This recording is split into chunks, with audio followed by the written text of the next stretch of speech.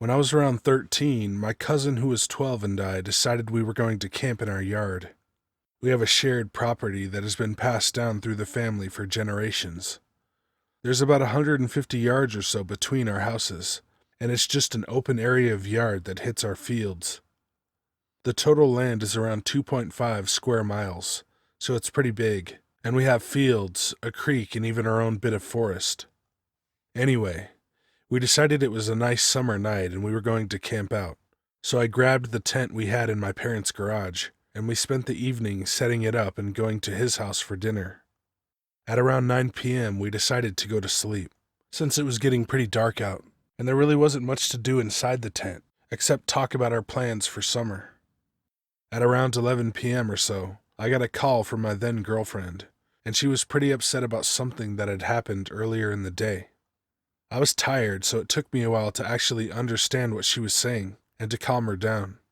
But once I did, we continued to chat for a bit until my cousin grabbed my shoulder hard. I told him I was on the phone and he could wait, but he just pulled me around, and when I saw his face, I instantly told my girlfriend I had to go. He had his finger up to his mouth in the shushing motion, and he looked absolutely terrified. He told me to look towards the entrance of the tent in a whisper before I could even ask him what was wrong. When I looked, I didn't see anything at all, so I just told him to go back to sleep. But after that, I heard the sound of someone walking around the tent. It seemed very unlikely that anyone would be out here, unless it was my dad, and he isn't the type of person to prank anyone. We are generally pretty safe on our property, as we are about 10 miles out of town, and everyone that lives near us are family or old family friends. I told my cousin to be quiet and stay down, and I was going to see if I could find out who it was. But when I peeked out the front of the tent, I didn't see anything. I assumed whoever it was just ran off, or that maybe it was my dad after all, but instead of pranking us, he had just decided to come down and check on us.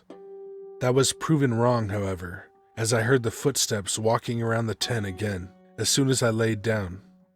It felt like hours that I listened to the footsteps.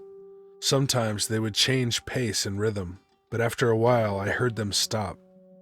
I ended up looking at the entrance to the tent, as I had the feeling of being watched, and I finally saw what had freaked my cousin out so much. Standing there, peering into the tent, was what appeared to be a thin man, who was very dirty and almost completely naked, except for some animal skins that he wore. His eyes seemed to glow, like an animal's eyes would if he shined a light in them, only there was nothing that should have made them glow like that. I laid there frozen as we peered into each other's eyes for what seemed like a lifetime. At this point, he very calmly and slowly backed away, turned around, and then ran off in the direction of our forest. I stayed awake, straining my ears for any sound indicating he was coming back, but after about an hour and a half, I had exhausted myself and fell asleep. When we woke up, we immediately looked around the tent to see if maybe we were just seeing things, but sure enough, there were bare footprints circling the tent. While looking at the prints, I noticed that some of the tracks were coyote paw prints, which would have accounted for the change in rhythm. We ended up finding a set of tracks that led into our field towards our forest, and noted that about halfway from the tent to the field, the prints started changing, from the bare footprints to the man on all fours, with footprints and handprints, then slowly becoming smaller and turning into coyote prints. Ever since this experience, my cousin and I have both had multiple encounters with what we now believe is a skinwalker.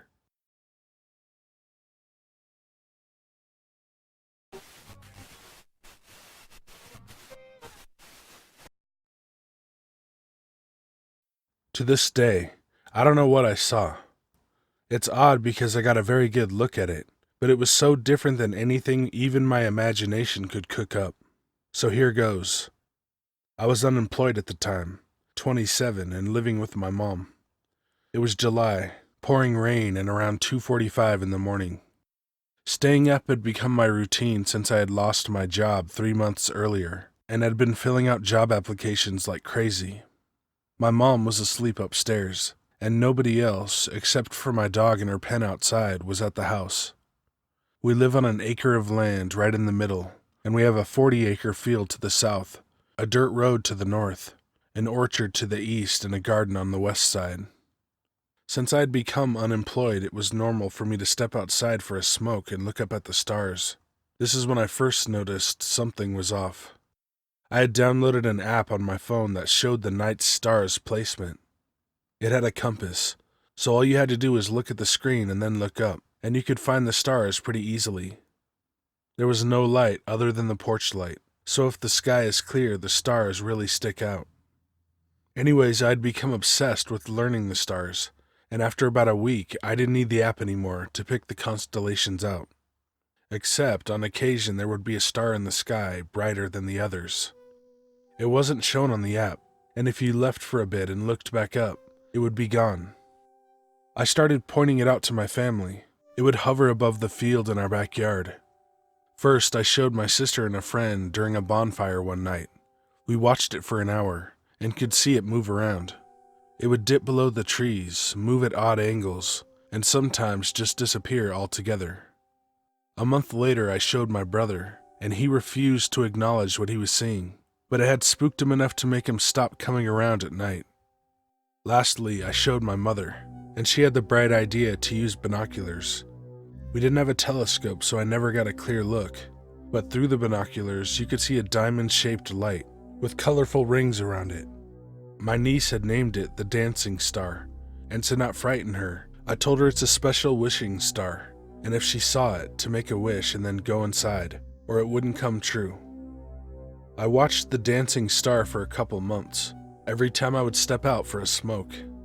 My dog, who barks at everything, never made a sound, so I didn't feel bothered by it. I know that's silly, but I rationalized it that way to quell my anxiety. It had only come close to the house a couple times. I called the police once, but they said it was probably a weather balloon. I posted on Reddit, and many people said the same thing. It was either a weather balloon or a drone, but the way it moved made no sense for a balloon, and it was too big to be a drone. I still don't know what it was, but I feel like it was connected somehow to what happened next. So fast forward to the night in July around 2:45, when it was pouring rain. I was in the kitchen watching some Let's Play of Castlevania on my computer. I had just finished washing a sink of dishes and saw nothing but rain outside. Mom was asleep upstairs, and my dog was quietly fenced up in the yard. That's when something caught my attention. It sounded like my dog had gotten out of her cage and was scratching on the window above the sink. She has never gotten out before, but that was the first thing my mind told me had happened. I jumped out of my seat, but before I even got to look, I ruled out my dog. The window was way too high for her. She would have to be continuously jumping or floating in the air. Whatever it was scratching for a long time, and I just stood there and looked at it. Like I said, I can't describe it, and it took my mind several seconds to piece its shape together. It had a fluid movement, a glowing body. Its color reminded me of a bioluminescent fish, but it had long hair like you see on Chinese dragons. Its eyes were completely black, and its mouth was sucking and rubbing its gums and teeth on the window. I remember just staring at it, trying to rationalize what the hell this thing was. I noticed it had a humanoid shape, kinda like Bigfoot or Swamp Thing from classic horror movies, and long, elegant fur that seemed to move fluidly through the air. I backed away, and it turned its gaze to match my movement. Then I go to the dining room and it follows me. I'm really scared. These windows are ground level and we keep them unlocked. I get a good look at it from head to toe. It towered me at what must have been 8 feet to my 5'10". It didn't seem malevolent, but rather playful. My dog was going crazy at this point, and I, instead of running away immediately, just looked back at it. It watched me, waiting for me to make a move. But the fact that it followed me so closely, even behind walls, scared me enough to finally dart upstairs and grab a gun. I gave my mom a baseball bat and told her to come downstairs with me. If it attacked me, she was to call the police and hide. She kept asking me what it was, but I told her I couldn't explain it. I circled the house several times and never found anything. My dog had even calmed down. It was 3:15 when I came back in and told my mom she could go back to bed and that I was sorry. When I did try to explain, she said I had woken her up from a dream where she saw that identical thing. She called them alien gorillas. That seemed to really bother her, and to this day we don't go out after dark unless we have to. I still don't know what happened or what it was I saw, and I often look out the window hoping it will show up again so I can get a picture. I've stopped looking for the star at night. I don't hang out in the kitchen for too long either. It's honestly bothered me so much that I found it difficult to leave the house, especially if it's dark. I found a job a month later, and I started carrying the bat with me in my car since I got home after dark. My family was pretty spooked for about a week, but now no one seems too bothered. I swear I got mild PTSD from the whole thing, and it just vividly sticks out in my memory.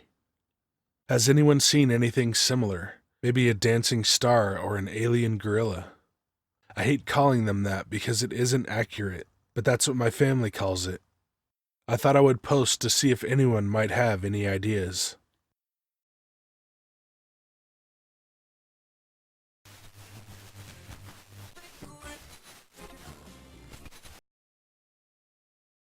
This happened when I was probably 7 or 8.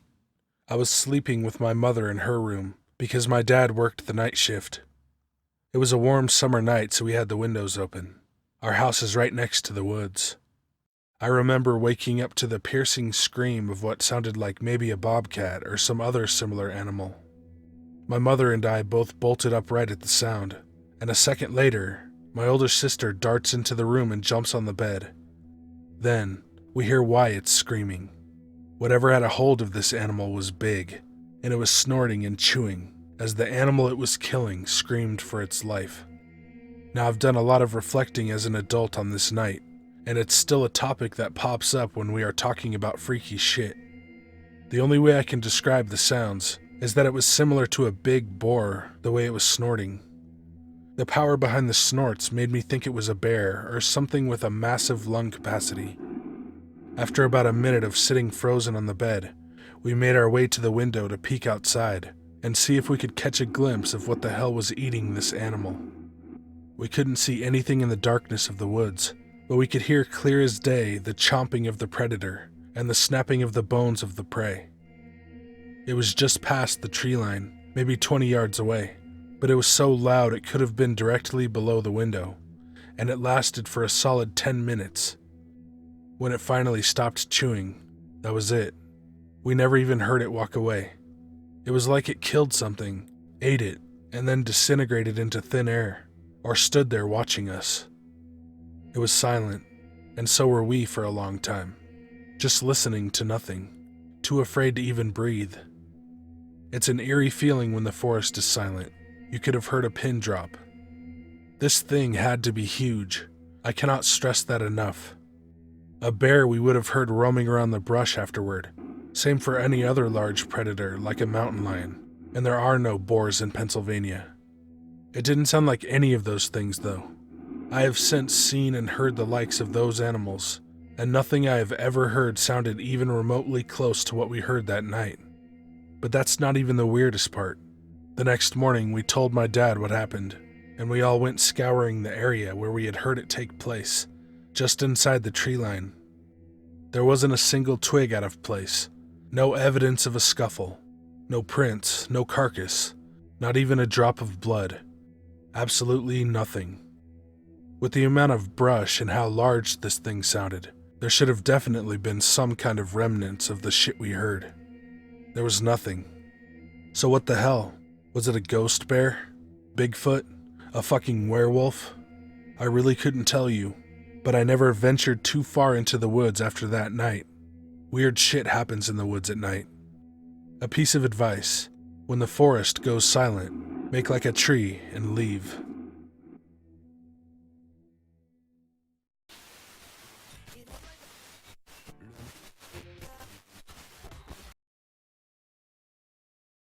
I would like to share a story about an encounter, and it would be awesome if you could share any reading materials, sketches, or personal experiences you've had or heard regarding dog-headed or dog-faced aliens/humanoids. So this happened to my mom when she was a child around 6 years old. She has a very vivid memory of it. We tried to investigate, but couldn't find too much. My mom's family lived on the outskirts of our capital city, and not far from their street was a huge cornfield where they used to play as kids. As she ran in there one day, she came upon a figure squatting in the corn. As she described it, the creature looked like a man, except his head resembled more like a dog's head. It had pointy little ears and a flat face, with a kind of flat nose, kind of a square-shaped head and small eyes. It had dark bluish-gray skin with an oily texture, and it was wearing blue clothes which reminded her of overalls with a policeman's jacket at the time. This happened around 1965 in Eastern Europe. She'd never heard of aliens, and the family didn't have a TV or a radio, so she had no idea what she saw. She just ran out of the corn screaming. When she told her parents, they said it must have been the neighbor boy with a mask, but my mom said that she's pretty sure the neighbor boy doesn't have bluish-gray skin. And even though no one took her story serious, she could never really explain what she saw, but never forgot it. Fast forward almost 40 years, I was already around 12 years old. I had heard the story, but the internet was still pretty new to us in 2004, so we didn't really look for stories about dog-headed aliens, and the books my father had on this topic were all about big-eyed, tall, or small gray creatures, so my mom's experience felt like something marginal. But one day around 2005, my mom comes home in a kind of shock and gives me a magazine opened at a page with an article about types of aliens, urging me to read it. It listed a number of alien species, among them the ones with dog-like faces, and gave almost exactly the same description as my mother did. It was a general magazine, so not really authentic, and we don't remember the researcher's name. As I said, Googling or emailing them at the time was not really an option for us. Since then, I tried to look it up on the internet, but I either come upon myths about the cynocephaly or Denardin's Lagran dogheads, and none of those really seemed to apply to what my mother saw. Denardin seems similar, but his story seems to include more fiction than fact. So if any of you know about where I could look up some more research or stories about these type of aliens or creatures, please do share. Thank you for reading and for any suggestions.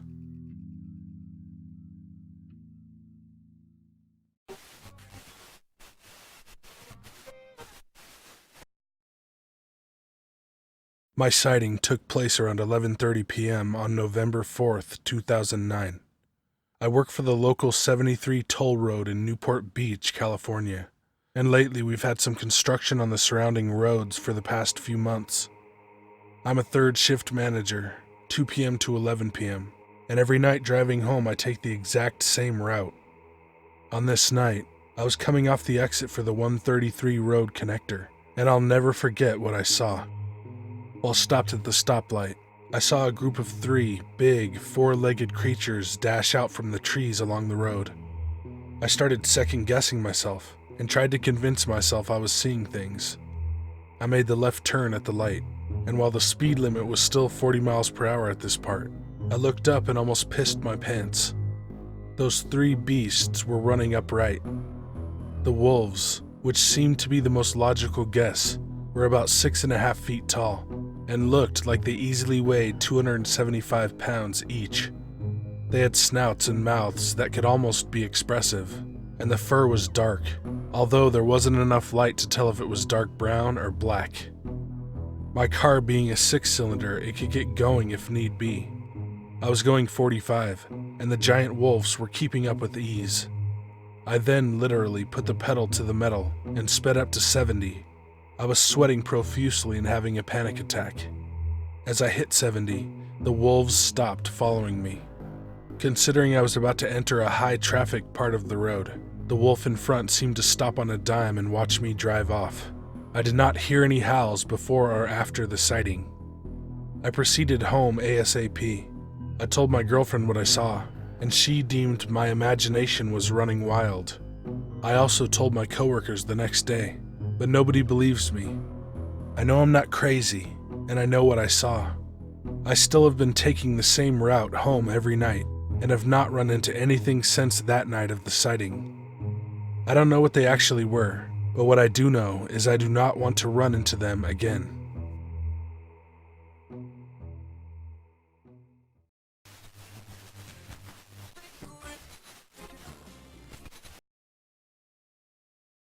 This happened about a year after the time I think I almost got murdered. My first story. My mother had met some douchebag of a guy, and I absolutely goddamn hated him. However, she liked him, and there wasn't much I could do. Eventually, my mother decides she wants to move in with him to Tucson, Arizona, where he lived. Spoiler alert, it didn't work out. We left from Miami, and I was 16. I had no control over the situation. At this point in time, things were pretty bad. I hated the new school, hated the new home, hated everything. However, there was a silver lining. I made a friend I'll call Jazz. Now, Jazz wasn't like normal girls. She wore an extremely unique attire, had this amazing accent, and just had this whole air about her that got your attention. Jazz was a big nature lover. She scared me half to death once when she brought a scorpion in her hand so I could see it. It freaked me out seeing it, till she told me the rules of size with scorpions and venom. Anyway, Jazz and I were close as close could get. Not lovers, mind you. I was still with my ex back then. We saw each other as family. I often hung out with her but never really met her parents. So one day, Jazz is at my house, and we're watching Naruto. This was back when it was still fire. Suddenly we hear this awful scream from afar. My room and window are basically positioned next to the main door. As we look out, there's a house directly in front of us. We lived in a house on a cul-de-sac. We see a girl yelling and slamming herself into a parked car's window. We didn't know what was going on, but it was freaky, because she was hysterical. Suddenly, a man comes out, yells something to her, and she just darts off towards my house. She runs over and just slams into the front door so hard. Jazz and I looked at each other like, fuck, she got in. But she didn't. We closed my window, backed away, and eventually went back to our show. Flash forward a week, and the cops show up at our door. My mom answers, then calls me over. The cop asks if I saw anything, because of my window placement. I told him everything. When my mom asked what it was about, the cop told us the girl was our neighbor's daughter. They fought over her boyfriend. The dad locked her phone in the car, and you know the rest. The thing is, she never went home. The dad thought she ran to her boyfriend's, but eventually he called to ask, and he mentioned he never saw her. So she's a missing person. Great. As if Tucson wasn't bad enough already. Flash forward again, this time a month. Tucson was hot. I mean horribly, horribly, horribly hot. And the bus didn't come to where I lived, so I had to walk. It was about a 30-minute walk every day. My mother was an alcoholic, so forget rides that early, and it was the same on the way back. I liked the walks though, because halfway I would always meet Jazz and we would go to and from together. So one day I'm walking to school, all great, when I get a weird chill down my back. It felt almost like a drop of cold water fell on me. I thought it was about to rain, so I look up. Nope. Clear skies. While I'm looking up, I get this sensation. I can't really describe it. It felt like I was a kid sneaking somewhere I shouldn't be, and I had just been caught. And it was like that moment where you and the person who caught you just lock eyes, and you know your history. I looked down real slow, and from my left peripheral vision, something was there. The street is barren. Right side is pure desert, and left is all cul-de-sac houses. As I slowly look over, my eyes are adjusting. Basically, there's a house, and behind it, an air conditioner. I think it was one at least. The big thing with a fan that's on a concrete bed. The house was casting a shadow over this air conditioner, and my eyes were trying to see it properly. I had glasses back then, which didn't help. As I began to focus, my body shook like I was being electrocuted. I actually felt my mouth drool, and my eyes tear up. I saw a head. It was just a head, but it was to the left of the generator, facing me in the back of the house, nearly at the top. I knew it wasn't floating, more like someone was peeking out. The shadow was over its face, and its hair just dropped like it was soaking wet and really dirty. I didn't move. I felt like, at that moment, we made eye contact. It was like looking at a bear. I didn't want to move. I didn't know if it would chase me or what. I just stared at it, shaking. Suddenly, a hand comes over my shoulder, and I hear a soft hi. It was Jazz. It snapped me out of whatever that was. I looked over to her and she had this look of shock and horror on her face, like she saw a dead body. I thought she saw it too, so I asked, "Did you see it? Jazz, did you see it?" Jazz just nodded slowly and replied, "See what?" I pointed at the air conditioner, and there was nothing. I mean nothing. The fucking shadow wasn't even cast on the same goddamn side. I told Jazz what happened, and she told me she didn't see anything. When I asked why she looked like that then, she replied it was because from 3 blocks off she was calling my name, and I was just standing there, motionless, staring into nothing. When Jazz finally snapped me out of the trance, she said my eyes were bloodshot, like I hadn't been blinking for a while. I was pale and soaking with sweat. I told her everything, and we didn't go to school. She grabbed me by the wrist and dragged me to her house. This was the first time I had ever been in her house, which sucks it had to be this way. Her house was amazing. It had this crazy good smell, and there were these awesomely decorated ceramics all around, and cool pictures of what I later learned were Navajo. Jazz took me into the living room, told me to sit on the couch and wait. I waited for about half an hour, and could hear faint screaming in a language I know wasn't English, until finally, a man walks in. He had long hair, braided. It looked like he came out of the movies.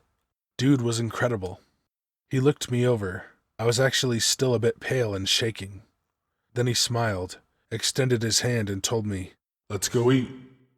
So we go to the kitchen. I eat and tell him the story, and Jazz tells him about the girl from the car and that she was missing. Here's the thing. She got really riled up and said a really long word, which I will not repeat, even if I could, and her dad became furious. He was just beyond pissed and told her never to say that again and not to mention anything anymore. So she leaves and he stays with me, and neither of us say a word. Fast forward, I'm in their house still. Her dad said I'd be sleeping over.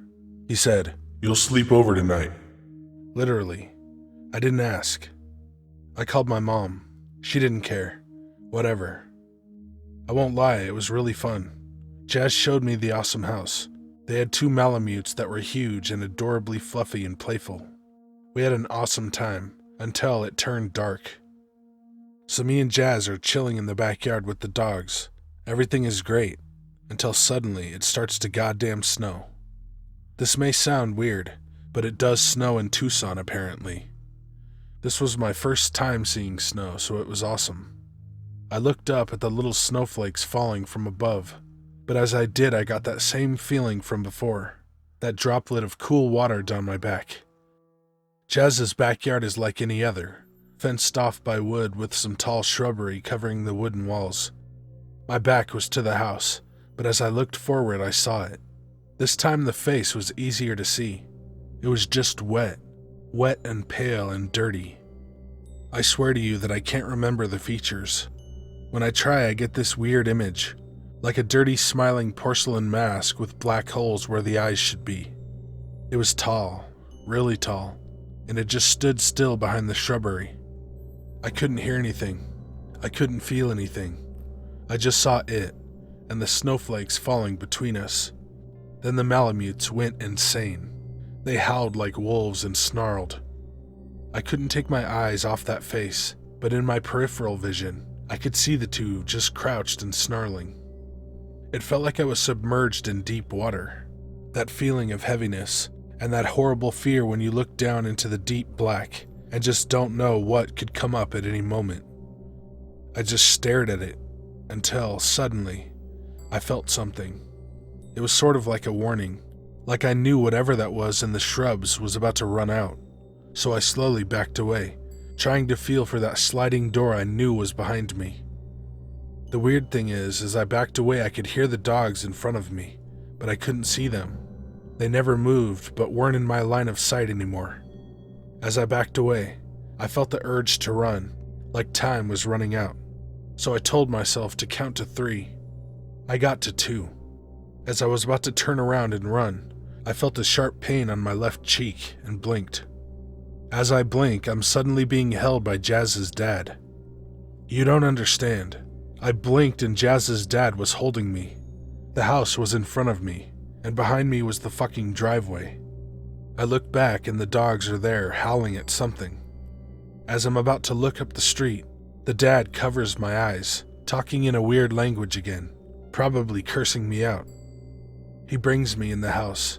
Jazz is crying hysterically and screaming my name from her room. He takes me to her, where she hugs me like I had just died or something. I don't know what happened after. I just woke up in her bed. I went downstairs and they were both there. Her dad refused to tell me what the hell that was, or what he didn't want me to see. It was only later that day Jazz told me I sleepwalked right out of the house. Apparently I went to the front yard where I just stood there. Jazz woke up because she felt like she was drowning, and she screamed because when she looked at the street, she saw that same girl from before standing out there, staring at my dumbass stepping backward toward her. She said her dad was in front of me, and I was backing away from him like I was scared of him. I told her that to this day I still don't remember going to bed. I don't remember what we did throughout the day. Apparently we didn't chill in the backyard. She doesn't have a backyard. She doesn't have 2 dogs. Her dad had 2 Malamutes when he was a kid, but they died a decade ago. I spent a little more time with them. Her dad gave me incense, and these other weird twig things he told me to bury in front of my window. I also got a nice bowl my mother shattered in one of her drunken fits. That whole thing never happened again. I spent a good 5 months in Tucson. Jazz and I became close. Eventually I moved back to Miami, and we just lost contact since then. Apparently she moved to Alaska. I still think of her though. On occasion, while I'd be with friends walking home, or just alone in the dark, I actually hear barking. It's far off, so it could be a neighbor's dog, but I swear I know that barking. It doesn't really scare me either. I'm actually glad to hear it. I don't feel very alone when I do. I actually don't like telling this story, because it makes me feel like I bring something back from it. However, there is part of me that feels relieved by the thought of people knowing. Years later, I told this same story to a friend here in Brazil, and he told me that he knew some things about the Navajo. He said what I saw might be what's called a skinwalker. The reason he says this is because it's believed that for them to possess you, they need to first make eye contact, and that's what I did the first time I saw it. Apparently, Jazz's dad broke that bond before it took hold. I honestly don't know. I hung with Jazz and her dad multiple times, and one day he was very frank with me, and just said, "Some things we simply aren't allowed to talk about with people outside our culture. It's not safe for you or us."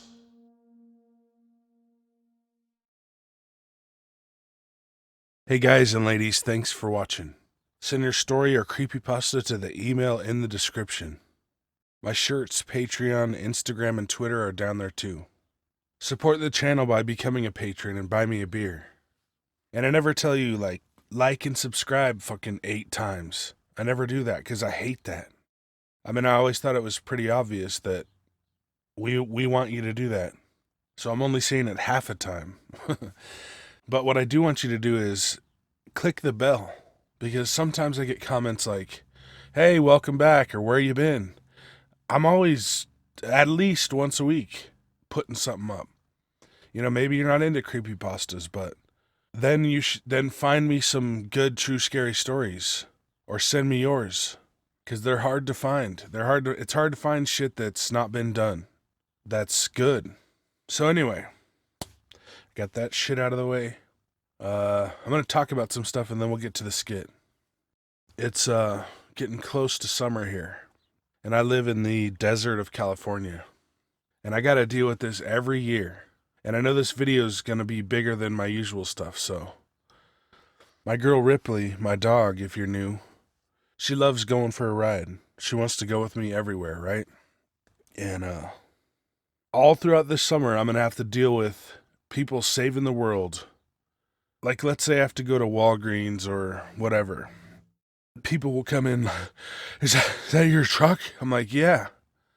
And whatever, they're concerned about Ripley. But they failed to notice that the car is running. The radio's on, the AC's on. It's not that hard to figure out.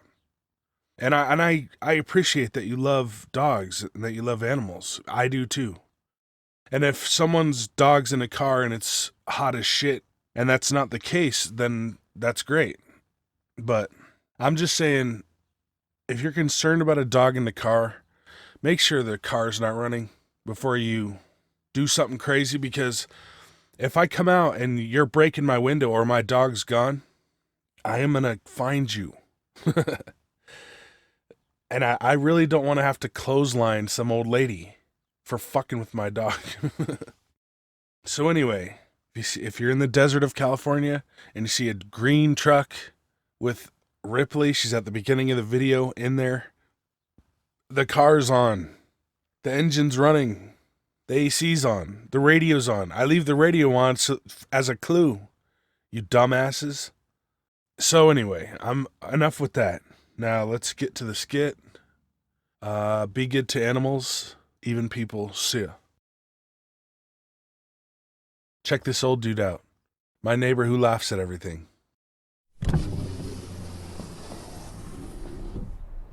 Hey, what's up, dude? You doing all right? Yeah! What are you on? What am I on? Nothing yet. Hey, that's a pretty sweet Christmas sweater. Too bad it's May. This is my favorite. Yeah, no shit. Wow, you got the whole fam damnly out here. Alright, dude, take it easy. And you guys have a good day. Hopefully this old prick doesn't die in his sleep tonight.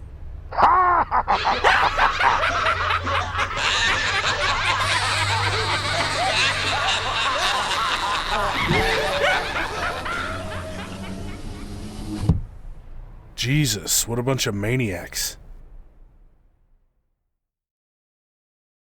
Ja, snämar, Bergsbus, Rish. Is it a mouse? So what are you gonna do about it? Are you gonna get it? Go get it. You would do a good job, Stooch. You did a good job.